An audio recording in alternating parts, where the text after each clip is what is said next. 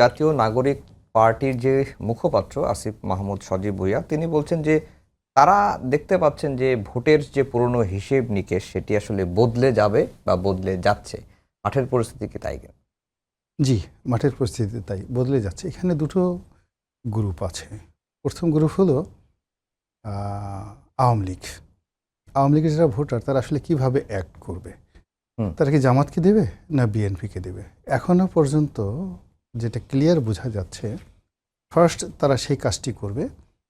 তারা এই বিএনপি এবং আওয়ামী লীগের যারা প্রার্থী তাদের মধ্যে যাতে দ্বন্দ্ব, সংঘাত, গণ্ডগোল লেগে যায় এই ধরনের বুদ্ধিবৃত্তিক ক্ষেত্রে চক্রান্ত করবে।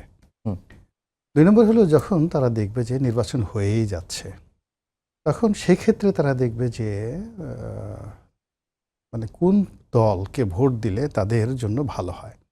এখন পর্যন্ত আওয়ামী লীগের যে সকল নেতৃবৃন্দ, তাদের মধ্যে সাবেক শিক্ষামন্ত্রী মিস্টার নওফেল, তিনি একটা সাক্ষাৎকারে বলেছেন যে আমরা তো আসলে গত ১৫ বছর ধরে জামাতকে খুব ডিস্টার্ব করেছি, অমানবিক আচরণ করেছে, অথচ আমার বাড়িঘর পোড়ানোর ক্ষেত্রে বিএনপি যে ভূমিকা নিয়েছে সেটা জামাত বাধা দেওয়ার চেষ্টা করেছে।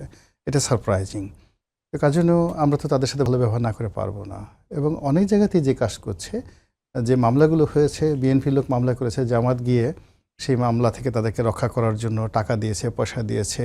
এই যে কাজগুলো ডিপ্লোম্যাসি তারা করছে, যে কাজটি এখন পর্যন্ত বিএনপির কোনো লোক করেনি, এখন পর্যন্ত করেনি। আওয়ামী লীগের যারা ভোটার আছে তাদেরকে মান ভাঙানো, অভিমান ভাঙানো এই কাজটি করে। ফলে আওয়ামী লীগের ভোটাররা যেদিকে মুভ করবে ওই দিকে, মানে যতই আপনি তাকে দুর্বল ভাবেন না কেন, সেটা ভোটের ফলাফল সেই দিকে যাবে।